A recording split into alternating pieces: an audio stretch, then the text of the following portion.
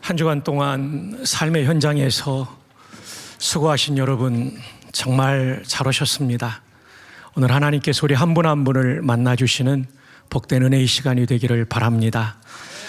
오늘 제가 여러분과 나눌 주제는 성경의 가장 중요한 주제 복음에 대해서 말씀을 나누겠습니다. PPT를 준비했습니다. 말씀의 제목 한번 따라해 보실까요? 다시 알려야 할 복음. 자, 이 제목은 이 본문에서 나왔습니다. 형제들아, 내가 너희에게 전한 복음을, 이미 고린도 교회에 이 복음을 바울은 전했습니다. 근데 다시 너희에게 알게 하노니 라고 말하고 있죠. 다시 알릴 만큼 중요한 내용이 복음이라는 내용입니다. 그렇다면 이 복음이라는 단어의 뜻은 무엇일까요? 우리말로는 복복자의 소리음, 소식음. 그래서 복된 소식입니다. 영어로 gospel이라고 부르죠. 고대 영어에 God는 신이라는 뜻도 있지만 복되다라는 뜻도 있습니다. 그리고 스펠은 철자라는 뜻도 있지만 소식이라는 뜻도 있습니다. God에서 D를 탈락시키고 스펠의 더블 L에서 하나의 L을 탈락시켜서 합성해 놓으면 복된 소식이 되죠. 복음을 good news라고도 표현하지만 본래는 gospel이라고 부르죠. 신약 성경에 기록된 헬라어로는 유앙겔리온이라고 부릅니다. 유, 좋다, 복되다라는 뜻이고 앙겔리온은 소식이라는 뜻입니다. 역시 복된 소식이죠. 근데 우리 목회자들이 보는 키텔 사전에 보면 전쟁에서 승리했을 때 그 승리의 소식을 이 유앙겔리온 복음이라고 불렀습니다. 왜냐하면 고대의 전쟁은 패전하게 되면 군인들만 죽는 것이 아니라 민간인들까지 학살을 당하고 살아남은 자는 노예로 평생을 살아야 했죠. 그러므로 전쟁에서 승리했다는 소식은 그 나라 국민들에게 진정한 복된 소식이었죠. 자, 이런 개념을 바탕으로 BC 490년에 있었던 제2차 페르시아 전쟁을 재구성해 보았습니다. 그 당시에 최강대국이었던 페르시아와 아테네 간의 전쟁이었습니다. 페르시아 군대는 최강의 군대였으며 무려 2만 5천 명이 지중해를 건너왔습니다. 전쟁의 승리에 대한 확신이 있었기 때문에 전승 기념비를 깎아올 정도로 그들은 자신만만했습니다. 반대로 도시국가인 아테네의 병력은 1만 명에 불과했죠. 누가 보더라도 이 전투의, 이 전쟁의 결말은 페르시아의 승리로 끝날 것으로 예측되었습니다. 이 전투는 여러분이 잘 아시는 마라톤 평야에서 치루어졌고 이것은 근대 올림픽의 마라톤 경기의 유래가 된 전투이죠. 근데 감사하게도 아테네군에는 지휘관이 훌륭했습니다. 밀티아데스라는 장군이 아주 전략적으로 이 전투를 앞두고 그는 정보 판단을 합니다. 아군의 전투력과 적군의 전투력. 페르시아가 비록 최강의 군대지만 약점이 있을 것이라는 것을 상정하며 파악한 결과 페르시아의 전면은 강하지만 측면은 다소 취약하다는 것을 알게 되었고 모든 전투력을 측면에 집중함으로써 이 전투에서 이길 수 없었던 아테네가 드라마틱한 승리를 거두게 되죠. 무려 6,400명의 페르시아군이 전사했고 아테네군은 단 192명만 전사했습니다. 페르시아 군대는 그야말로 역전승을 거두었기 때문에 얼마나 기뻤을까요? 그리고 숨죽이며 죽지 않으면 노예로 일생을 살아야 된다는 마음을 가지고 불안한 마음으로 떨며 기다리는 아테네 시민을 위해서 한 명의 병사가 논스톱으로 42km를 달리죠. 그 병사 이름은 여러분이 잘 아시는 파이데 피디스입니다. 그는 아테네 도심에 도착하자마자 이렇게 외칩니다. 유앙겔리온, 유앙겔리온, 아데나이 에니케산. 우리말로 옮겨드리면 복음이다, 복음이다, 아테네가 이겼다. 여러분이 아테네 시민이라면 이렇게 숨죽이며 앉아있지는 않을 겁니다. 환호하며 손뼉을 쳤겠죠. 한번 환호할 기회를 드리겠습니다. 유앙겔리온, 유앙겔리온, 아데나이 에니케사. 네, 잘하셨습니다. 복음이란 이렇게 복된 소식인데 일반적인 복된 소식이 아니라 죽을 사람이 살아나는 거고요. 노예로 살 사람이 자유인이 된 것이죠. 하나님께서는 신약 성경의 기록자들로 하여금 예수 그리스도의 하신 일을 복음이라고 이름짓게 했습니다. 왜냐하면 영원히 지옥에서 죽을 자들을 살려주었고 영원히 마귀의 노예로 살 사람들에게 자유인이 되는 은총을 주었기 때문이죠. 자, 그러면 복음의 기능은 무엇일까요? 가장 먼저는 신앙의 기초입니다. 1절 함께 읽어요. 시작. 형제들아, 내가 너에게 전한 복음을 너에게 알게 하노니 이는 너희가 받은 것이요 또 그 가운데 선 것이라. 성도라고 하면, 교회 출입하는 사람이라고 하면 제일 먼저 받아야 될 것이 복음입니다. 여러분은 복음을 받으셨나요? 또 그 가운데 선 것이다. 집의 기초가 흔들리면 집이 무너지듯이 신앙의 기초인 복음에 대한 분명한 지식과 깨달음과 확신이 없다면 흔들리게 되어 있죠. 그래서 이단 앞에도 넘어지게 되고요, 시련 앞에도 무너지게 됩니다. 시련이 아무리 크다 해도 복음의 은혜보다 크지 않기 때문에 복음을 제대로 아는 사람은 흔들리지 않습니다. 신앙의 기초. 두 번째로는 구원의 근거입니다. 2절 함께 읽어요. 너희가 만일 내가 전한 그 말을 굳게 지키고 헛되이 믿지 아니하였으면 그로 말미암아 구원을 받으리라. 대단히 학자이면서 논리적인 바울은 복음을 내가 전한 그 말로 2절에서는 끌고 가고 있습니다. 복음을 굳게 지키고, 이 굳게 지킨다는 얘기는 행동한다는 뜻이 아니라 홀드, 꽉 붙잡는다는 얘기예요. 패스트가 빠르다라는 뜻도 있지만 꽉이라는 뜻도 있잖아요. hold fast, 꽉 붙잡고 진짜 믿으면 구원을 받습니다. 우리 모두가 이 복음을, 이 진리밖에는 나를 구원할 진리가 없다고 꽉 붙잡고 진짜 믿었기 때문에 구원을 받은 것이죠. 세 번째로는 행복의 출발입니다. 요한 3서 1장 2절 사랑하는 자여 내 영혼이 잘됨 같이 내가 범사에 잘되고 강건하기를 내가 간구하노라. 이것은 번역의 신학을 강조하는 것이 아니라 인생의 종합적 구원의 은총을 말해줍니다. 제가 부산 부전교회에서 목회할 때 10여 년 전이에요. 중년의 부인이 알코올 중독, 요즘은 알코올 의존증이라고 하죠. 그러다 보니까 집안 살림이 되지 않고, 그리고 남편과의 갈등이 많고, 그리고는 자살 충동을 느낄 때 딸들이 다니는 교회에 나왔어요. 맨 뒷자리에 앉았어요.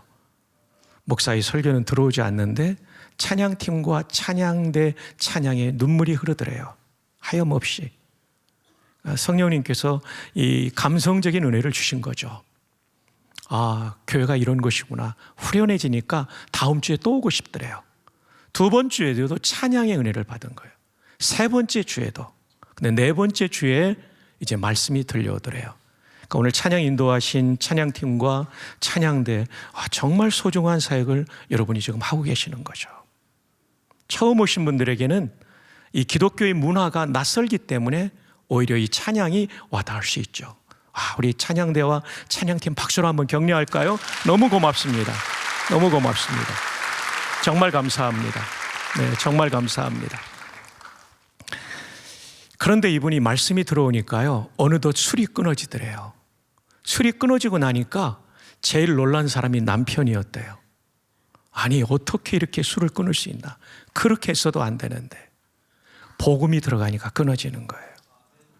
이혼 위기에 치닫고 자칫하면 자살로 끝날 이 여인의 인생이 바뀌어 그 남편까지 예수님을 구주로 믿고, 그리고 새벽 기도도 나오고 이제는 집사님이 되었는데, 제가 마지막 사임 설교할 때 제 정면에 앉아있는 두 부부를 보면서 하나님 감사합니다, 그 기도를 마음으로 드린 기억이 납니다.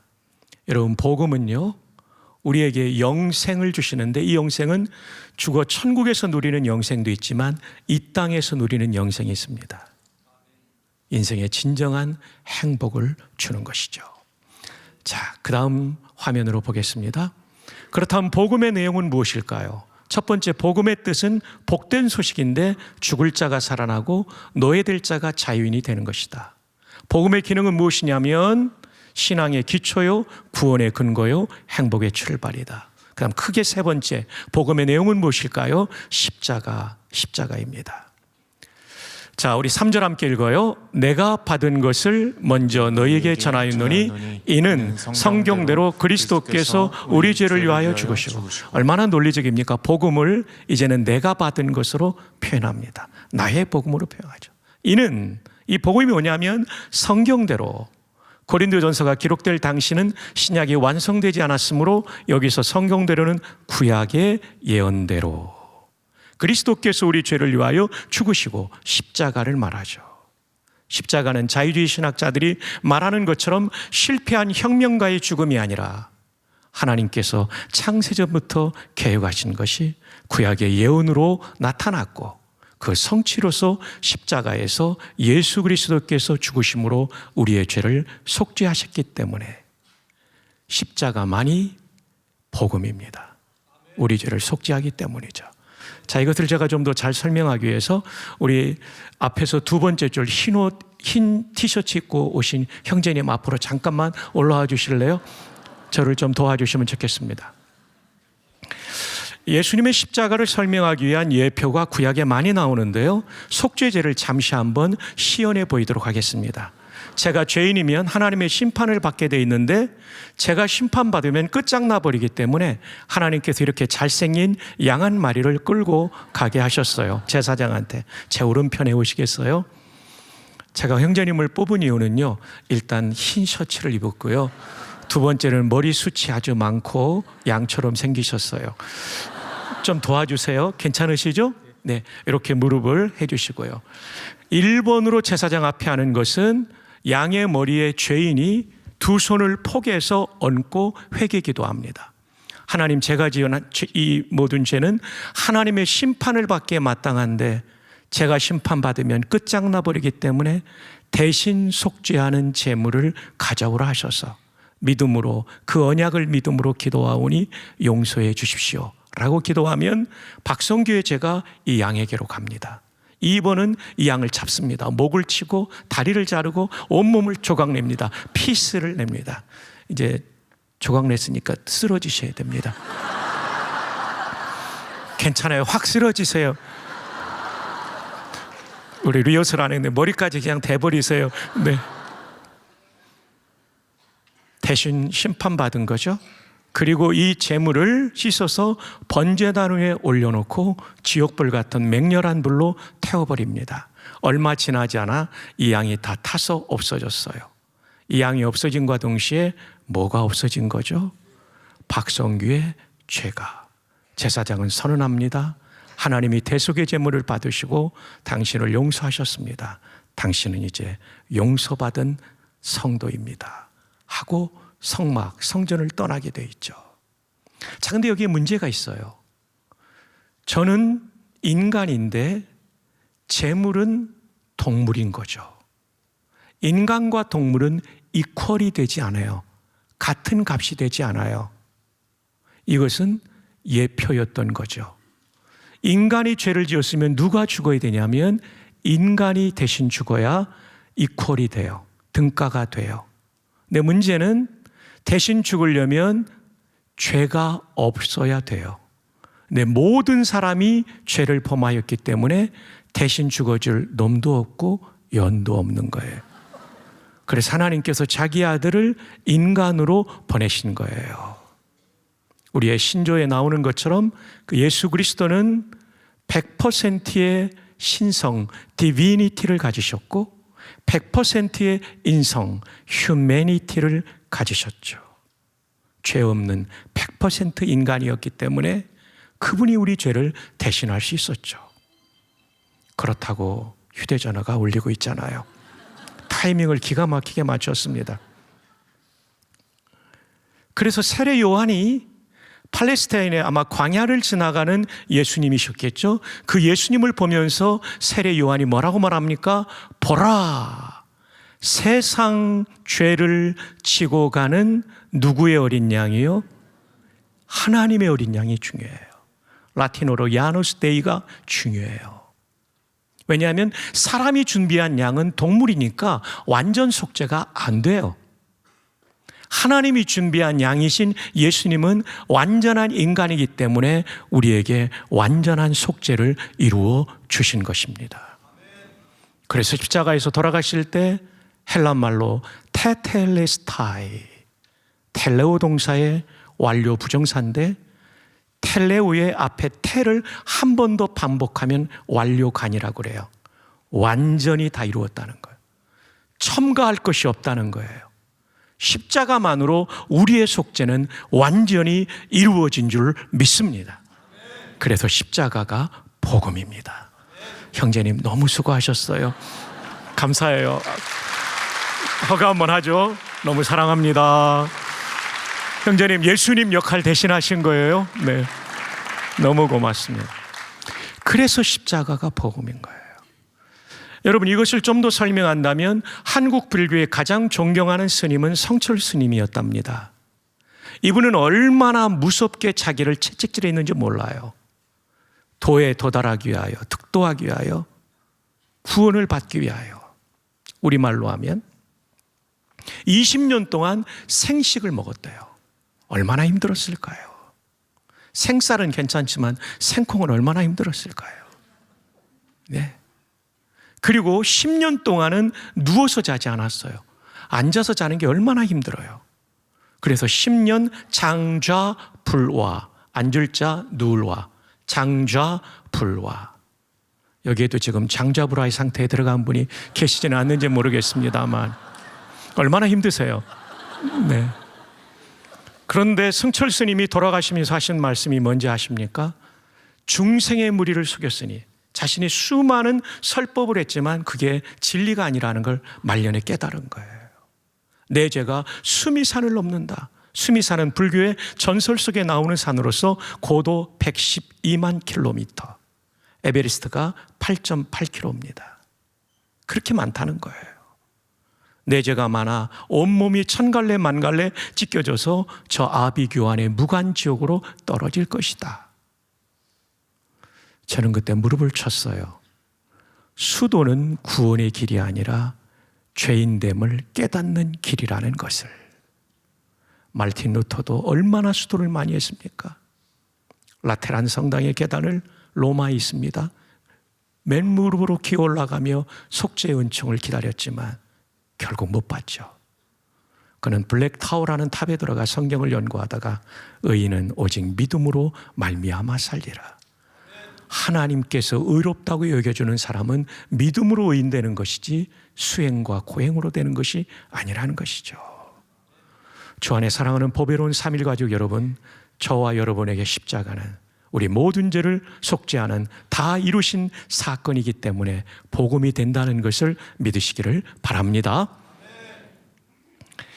여러분, 우리는 오래전부터 어릴 때부터 신앙생활한 분은 이런 고민을 할 수 있어요. 아니면 나이 들어서 예수를 믿었어도 도덕적으로 깨끗하게 살아온 사람들은 이 고민을 할 수 있어요. 왜 교회는 자꾸 나를 죄인이라고 하는가? 왜 자꾸 정죄의식을 심는가라는 물음이 생길 수 있는데요. 성경의 영향을 받은 영어에 보면 이렇게 명료하게 나와요. 이거는 미리엄 웹스터 사전에 여러분이 접속해서 치면 나오는 내용을 제가 소개하는 거예요. sin이라고 하는 죄는 하나님의 법을 위반한 것입니다. crime이라는 것은 정부에 의해 처벌받을 수 있는 불법적 행동이죠. 도둑질, 사기, 폭행, 살인. 우리는 뉴스를 통해 크라임에 대해서 듣기 때문에 나도 모르게 세뇌되어 있어요. 죄하면 C는 아예 생각을 안 하고 도둑질, 사기, 폭행, 살인 안 했으면 나는 죄인이 아니라고 생각합니다. 네, 성경은 말합니다. 그리고 영어는 말합니다. 하나님의 법인 성경을 어긴 것도 죄입니다. 그 중에 가장 큰 죄는 우리를 만드신 창조의 목적을 어긴 겁니다. 우리를 창조하신 것은 하나님을 예배하며 사는 거예요. 이렇게 공동체 예배를 드릴 뿐만 아니라 삶 전부가 하나님을 예배하고 높이고 그분의 통치를 받는 삶. 그런데 하나님을 믿지 않아요? 이게 가장 근원적인 죄라고 말해주고 있죠. 한번 따라해 보실까요? 세상에서 제일 큰 죄는 하나님을 안 믿는 거다. 이 기준으로 보니까 모든 사람이 죄를 범하였다는 말씀이 풀리게 되죠. 마크 미텔보라는 윌로우 크릭 교회의 전도 책임 목사님은 이런 얘기를 했어요. 타종교와 기독교의 차이는 뭐냐? 타종교는 고행을 하라, 공로를 쌓아라는 두의 종교예요. 하라는 종교지만 기독교는 감사하게도 아무리 해도 우리는 죄를 없앨 수 없잖아요. 표범이 그 반점을 없앨 수 있느냐? 불가능하지. 이디오피아 사람, 구스 사람이 그 검은 피부를 흑인이 희게 할 수 있느냐? 불가능하지. 그처럼 죄에 익숙한 너희도 죄를 완전히 극복할 수 없다는 게 예레미야의 말씀 아닙니까? 근데 감사하게도 기독교는 다 이루었다. He has done. D-O-N-E. done의 종교예요. 우리 누구도 수행과 공로로 구원받을 사람 없습니다. 제가 내수동교회 대학부 전도사로부터 지금까지 40년 5개월 정도 사역하고 있어요. 근데 제 안에 아직도 죄성이 있어요. 믿음으로 구원받은 것이지 제 마음의 상태로 구원받은 것이 아닙니다. 목사가 된 지 36년이 넘었는데도 여전히 제 안에 죄성이 있어요. 오직 그것은 믿음으로 은혜로 받은 구원일 뿐이죠. 다만 이제 이 상태도 예수님을 닮아 더 거룩해 돼야 되죠. 출발점보다는 많이 거룩해졌지만 여전히 저는 죄인입니다. 십자가 은혜 아니면 소망 없는 죄인임을 고백합니다. 그래서 십자가가 복음인 것이죠. 자, 다음 화면을 보시겠습니다. 복음의 두 번째 내용은 부활입니다. 우리는 십자가만을 복음이라고 생각할 수 있는데 오늘 본문은 부활까지가 복음을 말해주고 있고 이것이 성경 전체의 가르침이죠. 함께 4절을 읽어요. 시작. 장사 지낸 바 되셨다가 성경대로 사흘 만에 다시 살아나. 성경대로가 또 나오죠. 대단히 논리적으로 끌고 가고 있죠. 사흘 만에 다시 살아나서 부활이 복음입니다. 로마서 1장은 부활하심으로 예수님이 메시아 되심을 증명했다라고 말합니다. 시간상 요거는 다음에 또 말씀드리고요. 우리에게 연결되는 이유는 20절에 그러나 이제 그리스도께서 잠자는 자들의 첫 열매가 되셨도다. 가을에 사과 하나의 열매가 맺히면 수천 수만의 사과가 맺힐 것을 예고하는 것처럼 예수님의 부활은 첫 열매이시고 우리의 부활을 예고한 것이죠. 보라, 내가 너에게 비밀을 말하노니, 여기서 말하는 비밀은 군사 비밀이 아니라 신비로운 비밀을 말합니다. 우리가 다 잠잘 것이 아니요 마지막 나팔에 순식간에 다 변화되리니, 역사의 마지막을 알리는, 다시 말하면 예수님의 재림을 알리는 트럼펫 소리와 함께 우리의 몸이 변화될 것을 말합니다. 나팔 소리가 나며 죽은 자들이 썩지 아니할 것으로 다시 살아나고 다시 부살활, 불활입니다. 우리도 변화되리라. 지금 예수님이 재림하시면 우리는 부활이 아닙니다. 변화입니다. 부활의 몸과 똑같은 상태지만 죽은 몸이 아니니까 변화가 되는 거죠. 썩을 것으로 심고 썩지 아니할 것으로 다시 살아나고, 이 몸은 썩을 몸입니다.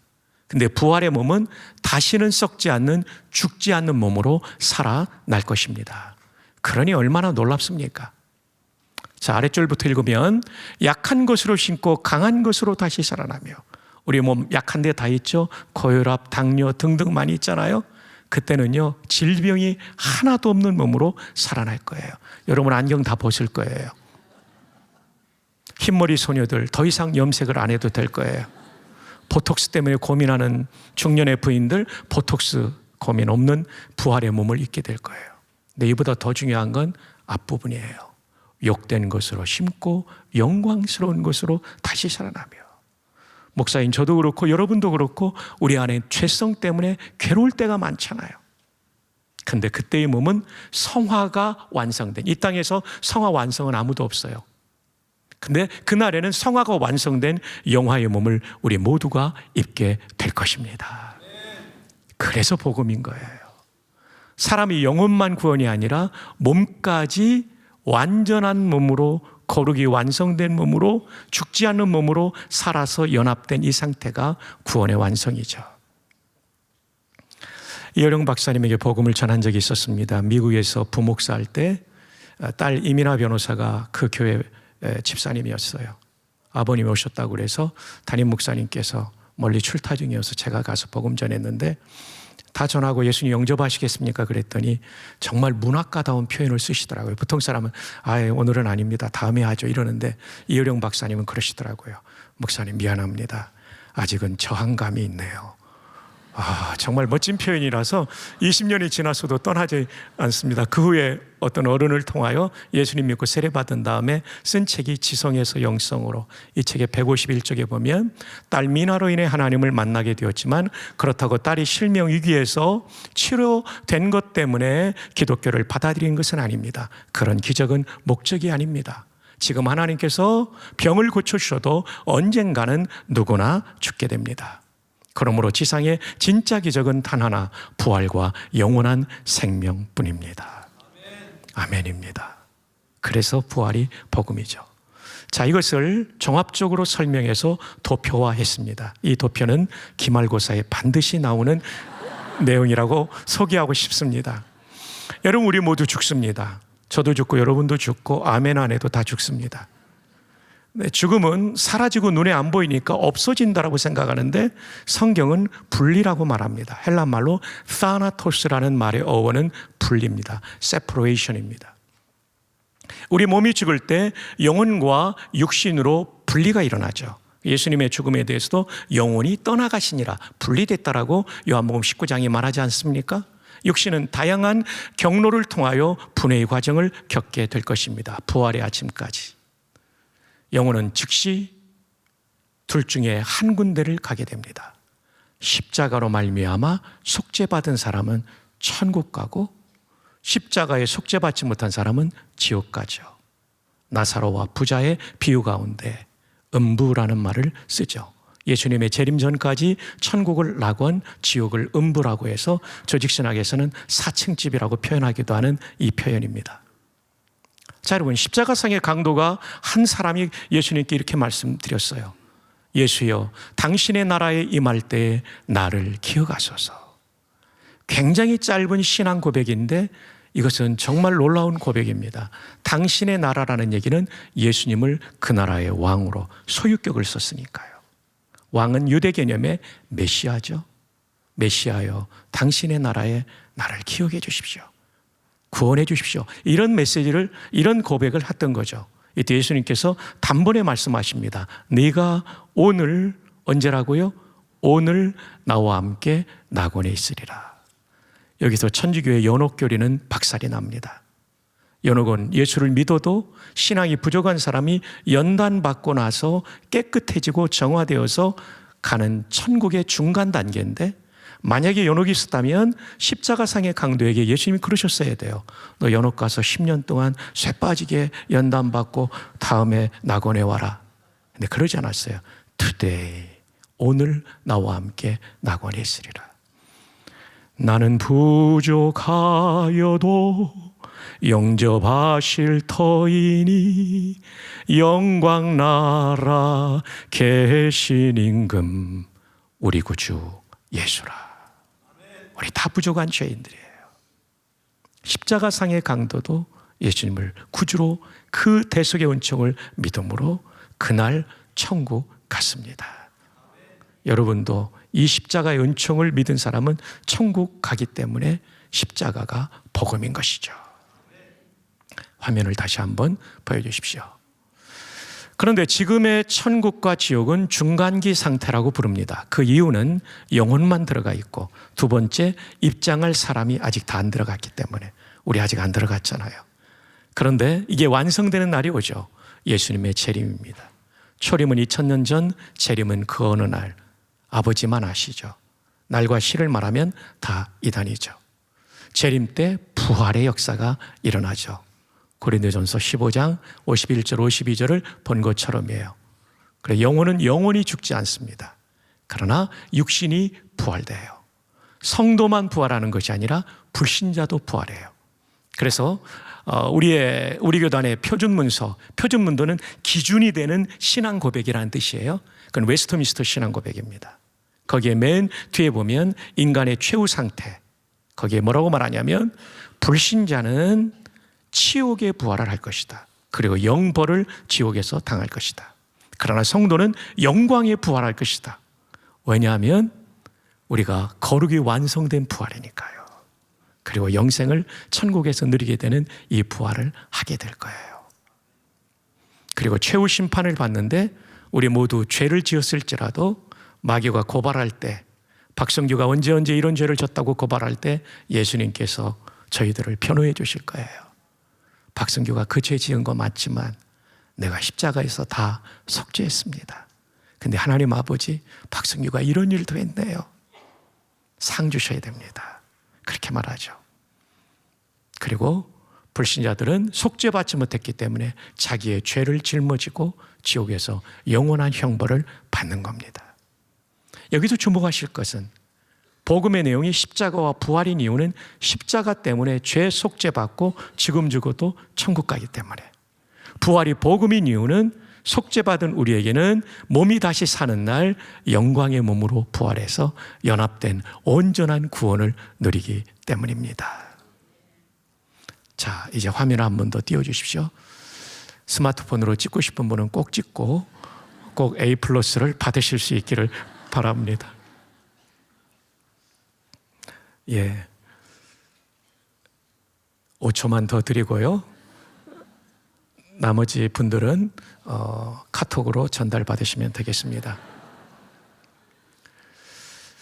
이제 마지막 크게 네 번째입니다. 복음에 합당한 삶이에요. 첫 번째로는 복음의 뜻, 유앙겔리온, 죽지 않아도 되고 노예되지 않아도 되니까. 그 다음 두 번째는 기능은 신앙의 기초, 구원의 근거, 행복의 출발. 크게 세 번째 복음의 내용은 십자가와 부활. 마지막, 그렇다면 이 복음에 우리는 어떻게 합당하게 살아야 될까요? 첫 번째로는 복음을 받아들이는 겁니다.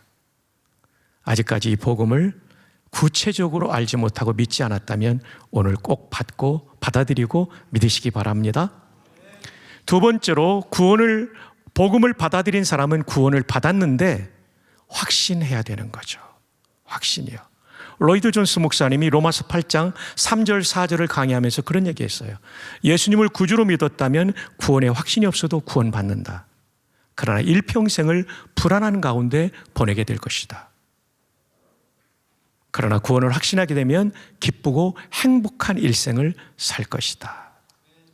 그런 의미에서 구원의 확신은 너무나 중요하죠. 근거는 무엇일까요?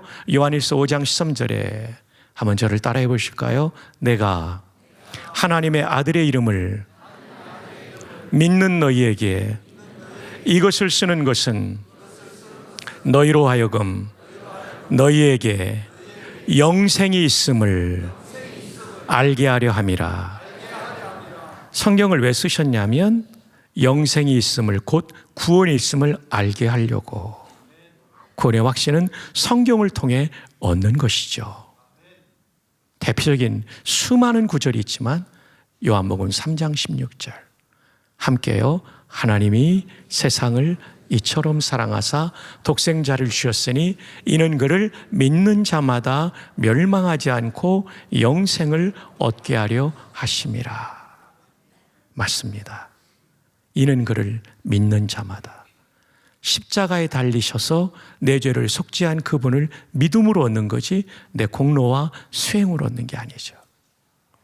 지옥에서 멸망하지 않고 영생을 얻게 하심이라. 이 땅에서도 영생을 맛보게 하려 하심이라. 믿음으로 얻는 것입니다. 이 말씀의 근거에서 예수님을 구주로 믿으셨다면 여러분은 구원 받았습니다. 이렇게 확신을 하는 거죠.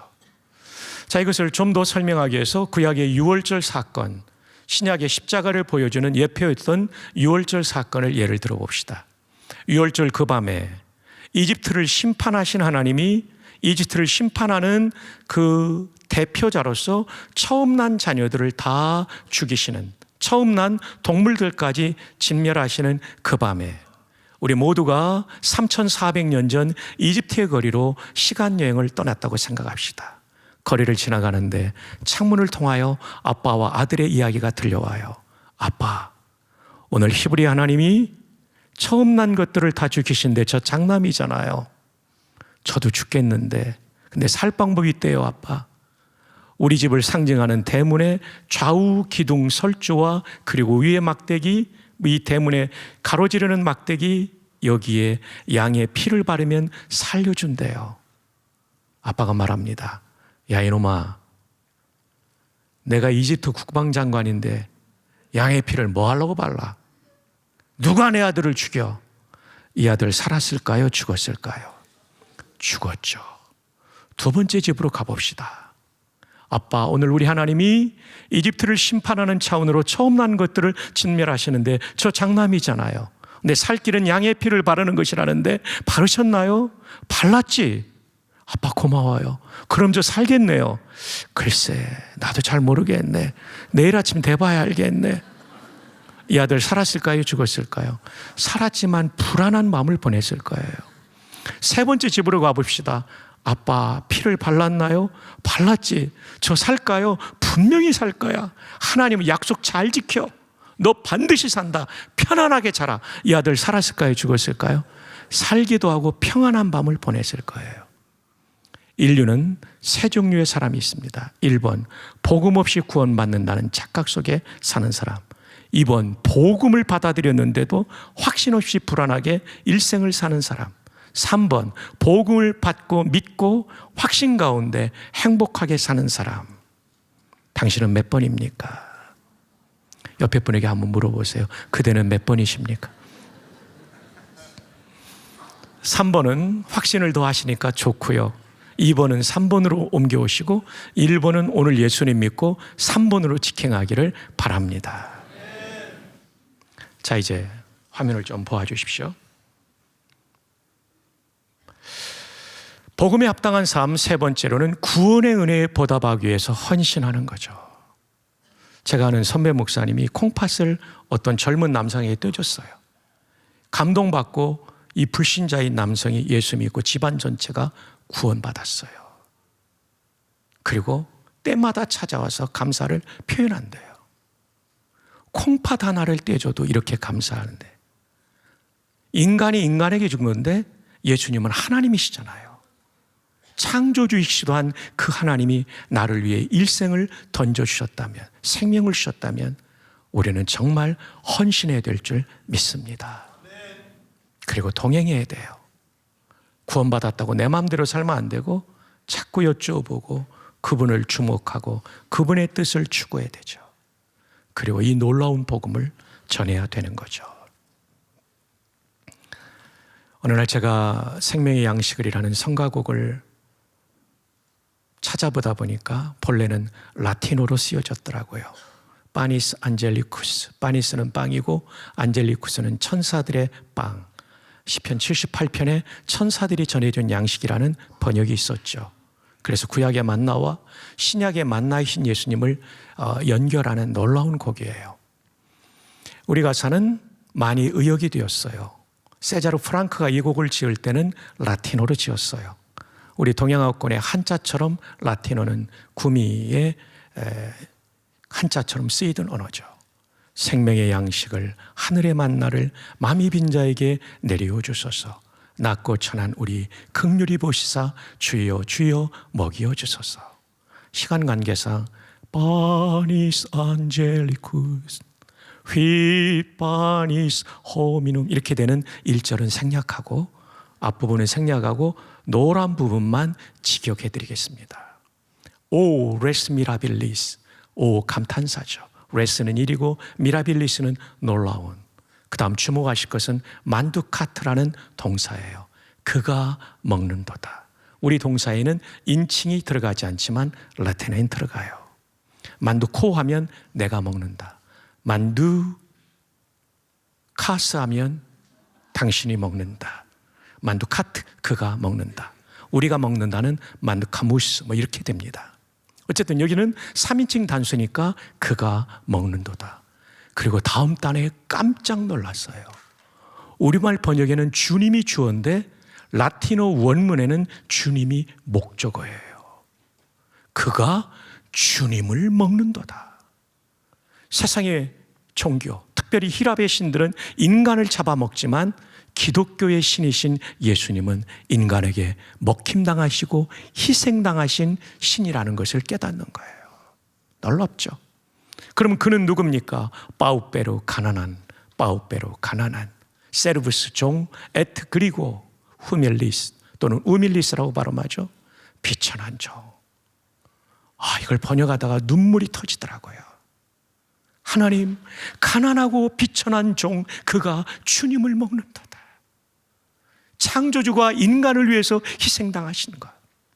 빵이 우리의 입안에서 부서지고 깨짐으로 우리의 육신의 생명을 얻는 것처럼 창조주신 그 주님이 십자가에서 부서지고 으스러지심으로 말미암아 우리가 영생을 얻은 것입니다.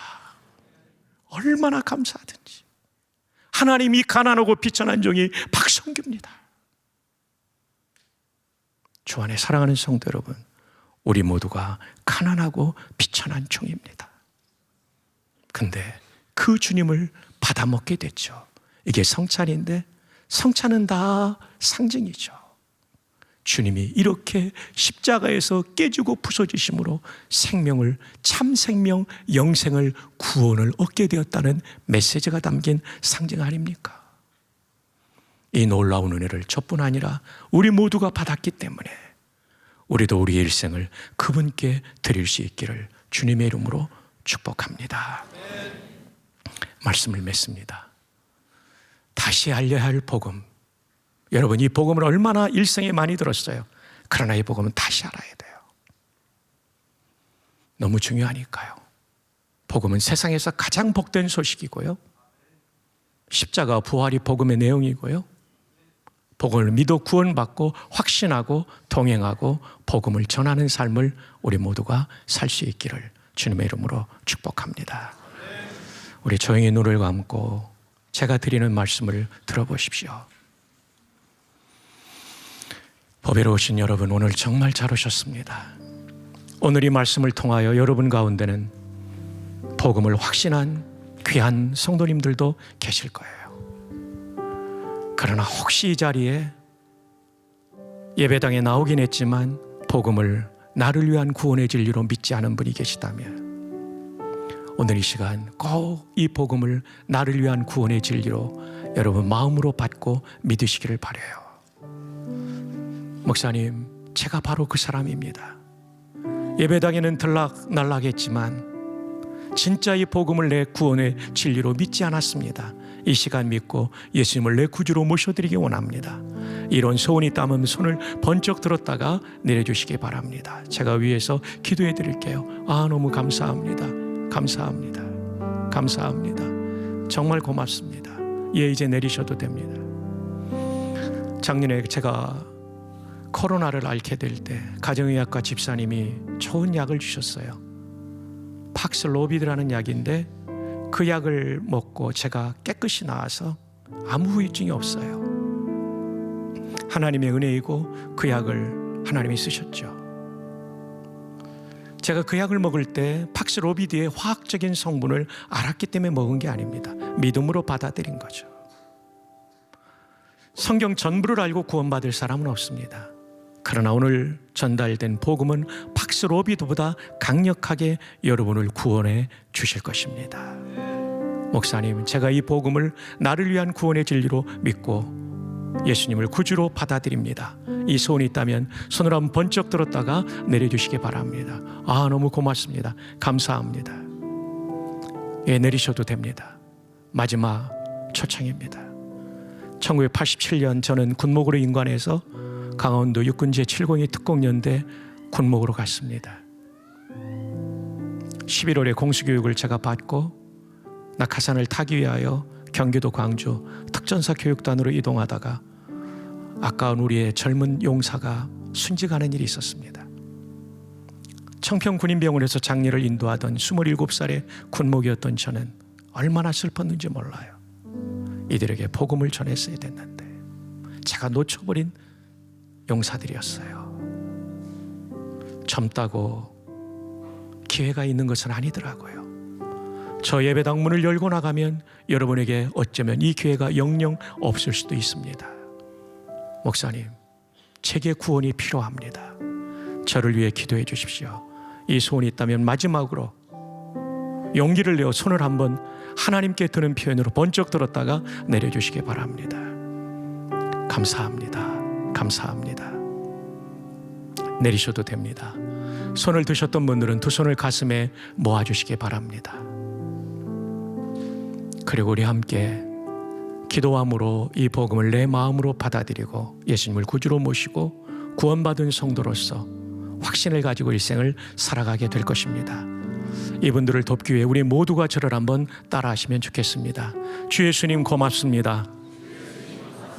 십자가에서 죽으심으로 저의 모든 죄를 용서하심을 믿습니다. 부활하심으로 말미암아 저에게도 부활이 이루어질 줄 믿습니다. 이 복음을 주신 주님 감사합니다. 지난날 살아온 저의 모든 죄를 회개하오니 용서하여 주시고 저를 구원해 주옵소서. 제 안에 들어와 주시고 저의 주인 왕이 되어서 다스려 주옵소서. 제가 순종하겠습니다. 저의 일생을 인도하여 주옵소서. 예수님의 이름으로 기도합니다. 아멘. 우리 함께 찬송가 314장을 찬양하고, 오늘은 말씀이 좀 길었기 때문에 제가 마무리 기도하고 축복으로 예배를 마치겠습니다. 내 구주 예수를 더욱 사랑. 우리 두 손을 가슴에 모으고 한번 찬양. 다 함께 일어날까요? 내 구주 예수를 더욱 나를 위해 죽임당하신 예수님께 엎드려 비는 말 들으소서. 할렐루야. 내 진정 소원이 내 구주 예수를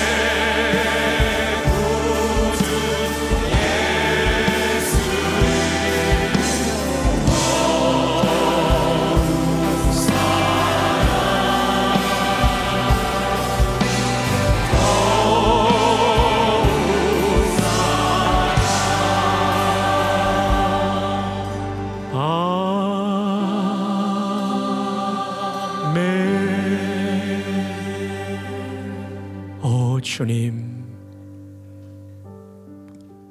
저에게 영생을 주시게 하여 십자가에서 깨지고 부서지신 하나님이신 주님의 희생 앞에 이전엔 세상 나 기뻤지만 지금 내 기쁨은 오직 예수가 되게 하여 주옵소서.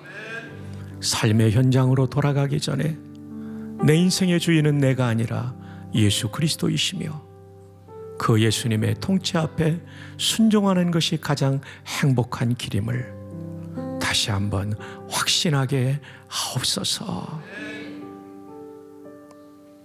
오늘 처음으로 예수님을 구주로 영접한 분들의 일생을 이끌어 주시고 믿음의 성장과 확신이 돈독하게 하옵소서. 올려드린 예물을 기뻐 받아주시고 성도들의 오늘의 필요를 채워 주옵소서. 사랑하는 송태근 담임 목사님과 온 교역자들 그리고 당의 충성스러운 장로님들과 3일의 가족들 한 주간 승리케 하옵소서.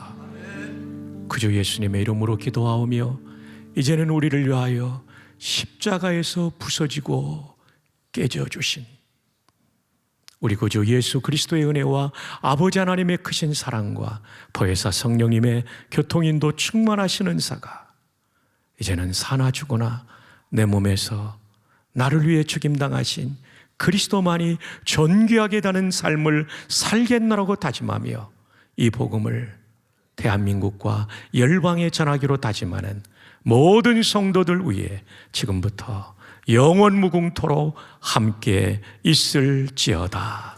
아멘.